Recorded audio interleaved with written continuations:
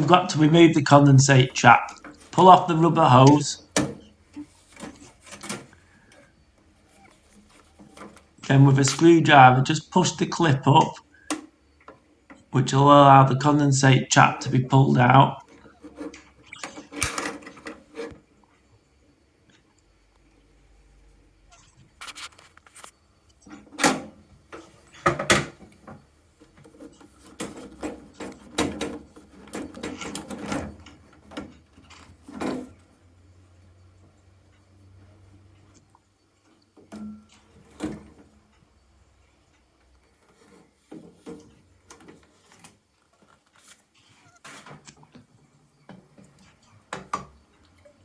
Then we need to get the power cord out of the way.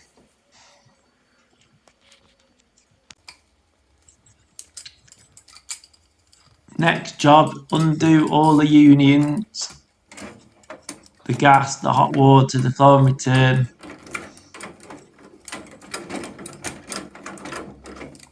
A couple of these I loosened up earlier.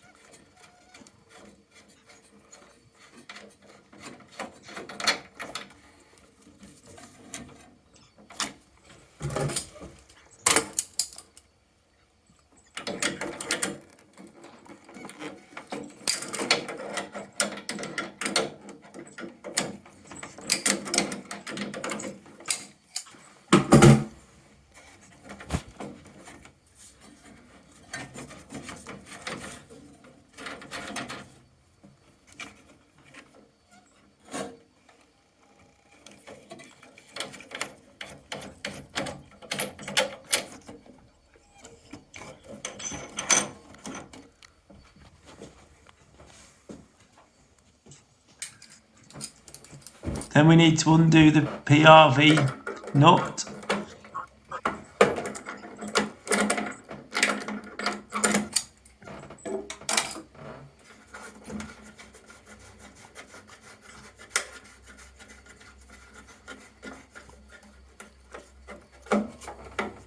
We also need to undo the nut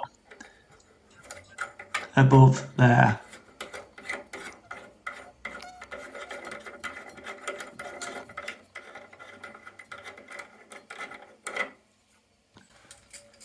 Then pulling down on that plastic lever, disengage the PRV.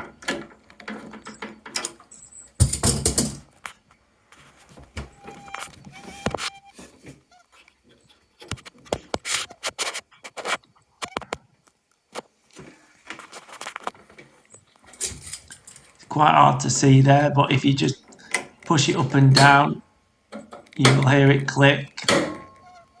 And you know that it's disengaged.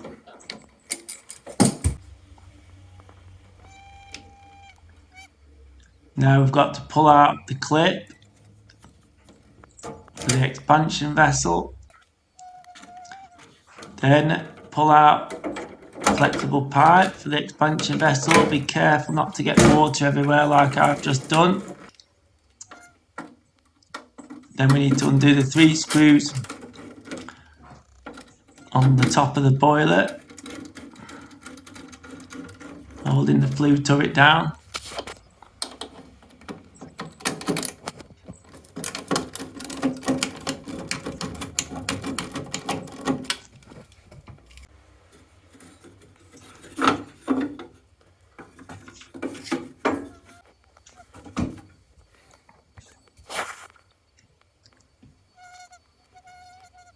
If you can see, there's a little metal lever under there, which if you push out of the way, you can actually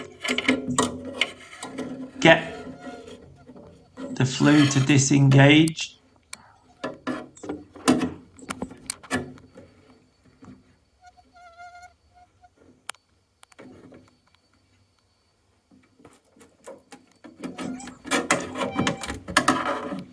Just using a screwdriver to help lever it down.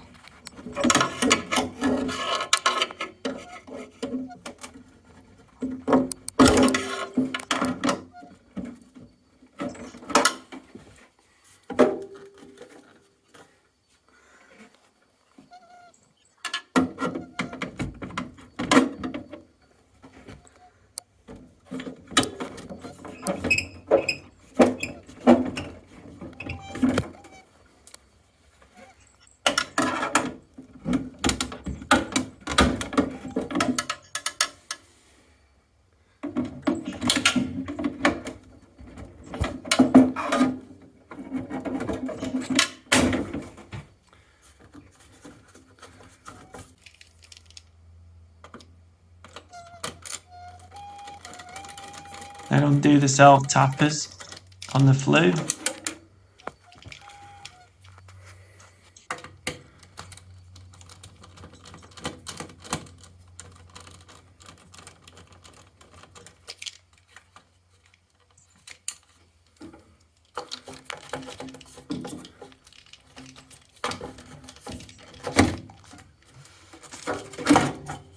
It has seen better days, this boiler, and it's a good job. I'm actually changing it for a new one and not just changing the expansion vessel on this one this time, which I have done in the past.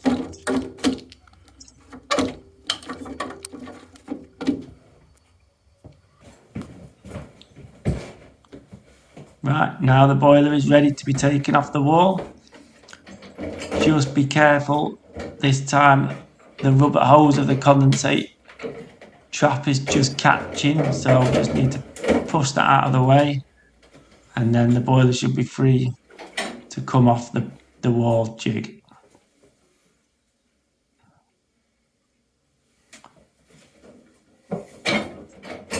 Right, thanks for watching the video. Hope you've enjoyed it, hope it's helped you a little bit if you're going to do a job like this.